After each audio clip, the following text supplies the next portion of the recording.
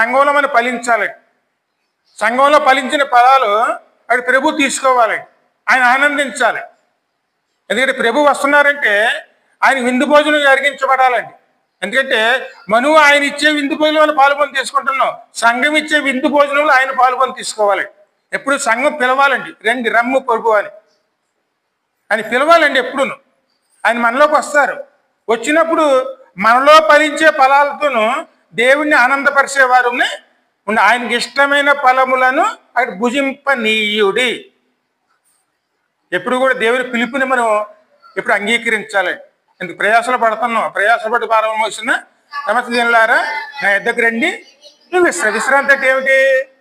ఒక విందు భోజనంలో దేవుడు పిలుస్తున్నాడండి. సంఘం ఎప్పుడు కూడా విందు భోజనశాలండి.